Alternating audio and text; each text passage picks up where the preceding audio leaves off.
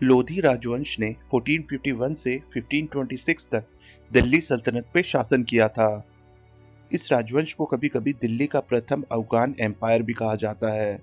दूसरा अफगान एम्पायर शेरशाह सूरी ने इस एम्पायर के खत्म होने के कुछ दशक बाद ही स्थापित किया था। लोधी राजवंश दिल्ली सल्तनत का पांचवा और अंतिम राजवंश था और इसकी स्थापना बहलोल लोधी ने की थी। बहलोल लोधी के दादा मलिक बहराम लोधी अफगानिस्तान के लोधी कबीले के प्रमुख थे। बहराम लोधी अपने कबीले के कुछ सैनिकों के साथ मुल्तान के गवर्नर की सेना में शामिल हो गए थे। बहराम लोधी के कुल 5 पुत्र थे।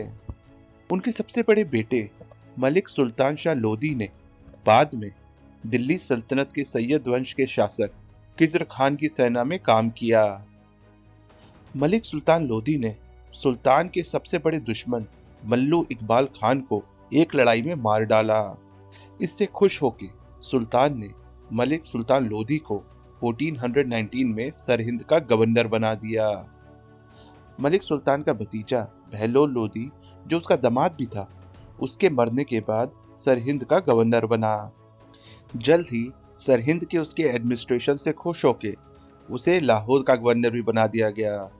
उस समय तक दिल्ली के सुल्तान ज्यादातर समय अपने हरम में ही बिताते थे और राज्यों के मामले में उन्होंने ध्यान देना बंद कर दिया था, जिसकी वजह से दरबारी कई प्रतिद्वंदी गुटों में बंट गए। इनमें से एक गुट ने सुल्तान के खिलाफ विद्रोह कर दिया और मालवा के सुल्तान से मदद मांगी, जिसके कारण मालवा के सुल्तान ने दिल्ली की सल्तनत पे हमला कर दिया। सुल्तान ने विद्रोहियों को दबाने के लिए सरहिंद के गवर्नर बहलोल लोधी से मदद मांगी और बहलोल लोधी 20,000 घुड़सवार सैनिकों के साथ सुल्तान की सेना में शामिल हो गया। एक लड़ाई के बाद मालवा के सुल्तान को पीछे हटना पड़ा और दिल्ली के सुल्तान ने अपनी गद्दी बचा ली। इस लड़ाई का फायदा बहलोल लोधी को मिला, जिसने सुल्तान को कमजोर देख के पूरे पंजाब पे कब्जा कर लिया, जिसके बाद उसकी नजर अब दिल्ली के गद्दी पर थी। 1443 तक बहलोल लोधी ने सल्तनत के ऊंचे पद पर बैठे कई ऑफिसरों का समर्थन हासिल कर लिया, जिसके बाद उसने दिल्ली पर हमला करने का फैसला किया। 1443 में ही बहलोल लोधी ने दिल्ली पर हमला किया, लेकिन वो सफल नहीं हुआ। 1447 में अंतिम सैयद वंश के शासक सुल्तान आलम शाह के शासनकाल के दौरान बहलोल लोधी ने दिल्ली पर एक बार फिर हमला किया, लेकिन वो इस बार भी असफल रहा। लेकिन अगले ही साल दिल्ली की राजनीति से परेशान होकर सुल्तान आलम शाह ने दिल्ली के तख्त को छोड़ दिया और बदायूं में आराम से अपनी बाकी की जिंदगी जी। बहलोल लोधी ने अप्रैल 1451 में दिल्ली के तख्त पे कब्जा कर लिया और सुल्तान बहलोल शाह गाजी का टाइटल अपनाया। सुल्तान बहलोल लोधी ने महसूस किया कि दिल्ली सल्तनत पे अपनी पकड़ मजबूती से बनाए रखने के लिए उसे कई अफगान दरबारियों के समर्थन की आवश्यकता पड़ेगी। सुल्तान ने अफगान दरबारियों का समर्थन बनाए रखने के लिए उनसे अच्छा व्यवहार बनाए रखा। सुल्तान बहलोल लोधी कभी भी तख्त पर नहीं बैठे और ना ही उनके दरबारी उनके सामने खड़े रहते थे। हर कोई समान रूप से दरबार में बैठता था। इस तरह बहलोल लोधी ने अपनी ताकत बनाए रखी। बहलोल लोधी ने दिल्ली सल्तनत की ताकत बढ़ाने की कोशिश की और इसने दिल्ली के आसपास के क्षेत्रों पर दोबारा से कब्जा कर लिया। बहलोल लोधी ने मेवात और दुआब के विद्रोहियों को कुचल दिया। बहलोल लोधी ने सबसे सफल युद्ध जौनपुर के सुल्तान के खिलाफ किया था। सुल्तान बहलोल लोधी ने 1484 में जौनपुर की शिर्की डायनेस्टी को हराकर जौनपुर पे कब्जा कर लिया। लेकिन सुल्तान बहलोल लोधी बंगाल, गुजरात और दक्कन पे फिर से कब्जा करने में विफल रहे। जब 1489 में सुल्तान बहलोल लोधी की मृत्यु हुई तो सल्तनत पंजाब से वाराणसी तक फैली हुई थी। उनकी मृत्यु के बाद 1489 में उनका बेटा सुल्तान सिकंदर लोधी दिल्ली के तख्त पर बैठा। सुल्तान सिकंदर लोधी शायद 3 लोधी सुल्तानों में सबसे काबिल सुल्तान थे। उनका एम्पायर पंजाब से बिहार तक फैला हुआ था। उसने अपनी सल्तनत में एक जबरदस्त जासूसी प्रणाली की स्थापना की और वो अपनी सल्तनत के हर प्रोविंस की फाइनेंस का खुद मुआयना करता था। सभी प्रोविंस के गवर्नर सुल्तान को नियमित रूप से अपने खाते और अपनी एडमिनिस्ट्रेटिव सिचुएशन का विवरण प्रस्तुत करते थे। सुल्तान की एग्रीकल्चर में भी गहरी रुचि थी। उन्होंने खेतों को मापने के लिए 32 अंकों का गज ए सिकंदर की शुरुआत की। लेकिन बहलोल लोदी के विपरीत सिकंदर लोदी एक कट्टर मुस्लिम था। गैर मुसलमानों के प्रति वह बहुत ही इंटॉलरेंट था और उसने बाकी रिलीजन के लोगों के ऊपर जजिया भी लगाया।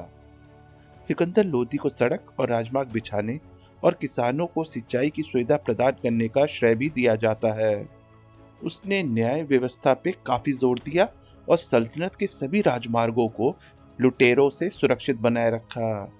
सुल्तान सिकंदर लोदी को जिन प्रमुख सैनिक चुनौती का सामना करना पड़ा, उसमें से सबसे बड़ी अग्रेसिव राजपूत राजाओं को नियंत्रण में रखना था, जिसमें काफी हद तक वो सफल भी रहा। राजपूतों से अपनी सल्तनत को बचाए रखने के लिए और उन पे कड़ी नजर रखने के इरादे से सुल्तान सिकंदर लोदी ने 1505 में आगरा शहर की स्थापना की और बाद में इसे अपनी राजधानी भी बनाया। सुल्तान सिकंदर लोदी ने अरब और ईरानी के स्कॉलर्स और फिलोसफर्स को बड़ा ग्रांट देकर अपने दरबार में रखा, जिन्होंने कई सारी संस्कृत में लिखी गई बुक्स का फारसी में ट्रांसलेशन भी किया। 1517 में सिकंदर लोदी की मृत्यु हो गई, जिसके बाद सिकंदर लोदी के दरबारी और आर्मी के कमांडरों ने उसके दो बेटों के बीच में सल्तनत को बांट दिया। इब्राहिम लोदी को दिल्ली का सुल्तान बनाया गया और उसके भाई जलाल खान को जौनपुर दिया गया। इब्राहिम लोदी इस व्यवस्था से खुश नहीं था और उसने जलाल खान को कैद कर लिया और बाद में उसे मरवा दिया। सुल्तान बहलोल लोदी ने दरबारी और गवर्नरों को बहुत अधिक छूट दे रखी थी, लेकिन बाद के सुल्तान सिकंदर लोदी और इब्राहिम लोदी इतने उदार नहीं थे। वह दरबारियों को अपनी बराबरी का दर्जा नहीं देना चाहते थे। सुल्तान सिकंदर लोदी और इब्राहिम लोदी के शासनकाल के दौरान सुल्तान और दरबारियों के बीच में लगातार संघर्ष होता रहा, जिसकी वजह से सुल्तान ने दरबारियों के खिलाफ कठोर रवैया अपनाया। जिन दरबारियों ने सुल्तान के किसी भी डिसीजन के खिलाफ असहमति दिखाई, उन्हें या तो जेल में डाल दिया गया या मौत के घाट उतार दिया गया। सुल्तान इब्राहिम लोदी के शासनकाल के दौरान राणा सांगा ने दिल्ली पे हमला किया और आगरा के पास बयाना पे कब्जा कर लिया। सुल्तान ने राणा सांगा को एक लड़ाई के बाद पीछे हटने पे मजबूर कर दिया और ग्वालियर पे भी कब्जा कर लिया। ग्वालियर पर सुल्तान बहलोल लोदी और सिकंदर लोदी भी कब्जा नहीं कर पाए थे। इसलिए ग्वालियर पे कब्जा करने के बाद सुल्तान इब्राहिम लोदी बहुत ही घमंडी हो गया और उसका व्यवहार अपने दरबारी और गवर्नरों के प्रति बद से बदतर हो गया। इस तरह सुल्तान इब्राहिम लोदी ने अपने ही समर्थकों को अपने ही विद्रोहियों में बदल दिया और सल्तनत को बहुत कमजोर कर दिया। इस बीच बिहार के गवर्नर ने अपने आप को स्वतंत्र घोषित कर दिया, लेकिन तब तक सल्तनत इतनी कमजोर हो गई थी कि सुल्तान इब्राहिम लोदी इस विद्रोह को कुचलने में असमर्थ रहे। सुल्तान इब्राहिम लोदी ने हिंदुओं पर भी कई तरह के प्रतिबंध लगाए और उन्हें नाराज कर दिया। आम जनता के समर्थन की कमी ने लोदी वंश को और भी कमजोर करने में एक अहम भूमिका निभाई थी। उस समय लाहौर के गवर्नर दौलत खान लोदी थे। सुल्तान इब्राहिम लोदी के अपमानजनक रवैये से नाराज होकर गवर्नर दौलत खान लोदी ने काबुल के शासक बाबर को एक मैसेज भेजा और उसे भारत पर हमला करने के लिए उकसाया। दौलत खान लोदी को बाद में अपनी मूर्खता का एहसास हुआ, लेकिन तब तक काफी देर हो चुकी थी। 1525 में बाबर अपनी सेना के साथ दिल्ली की ओर बढ़ा। सुल्तान इब्राहिम लोदी भी उससे लड़ने के लिए आगे बढ़े और बाबर और इब्राहिम लोदी के बीच 1526 में लड़ाई लड़ी गई, जिसे फर्स्ट बैटल ऑफ पानीपत भी कहा जाता है। हालांकि सुल्तान इब्राहिम लोदी की सेना बाबर की सेना की तुलना में बड़ी और मजबूत थी, फिर भी वो बाबर की रणनीति के सामने ढह गई। बंदूक, तोपों और कुशल घुड़सवार तीर चलाने वाली सेना के सहारे बाबर ने एक शानदार जीत हासिल की। सुल्तान इब्राहिम लोदी युद्ध में हार गए और युद्ध में ही मारे गए। इस लड़ाई को पानीपत की पहली लड़ाई के रूप में जाना जाता है और इस लड़ाई के अंत में लोदी वंश के साथ साथ दिल्ली सल्तनत का भी अंत हो गया। इस लड़ाई को जीतकर बाबर ने दिल्ली और आगरा पे कब्जा कर लिया और भारत में मुगल साम्राज्य की नींव रखी। अगर आपको हमारा वीडियो पसंद आया हो तो प्लीज हमारे चैनल को सब्सक्राइब करें, लाइक बटन दबाएं। धन्यवाद।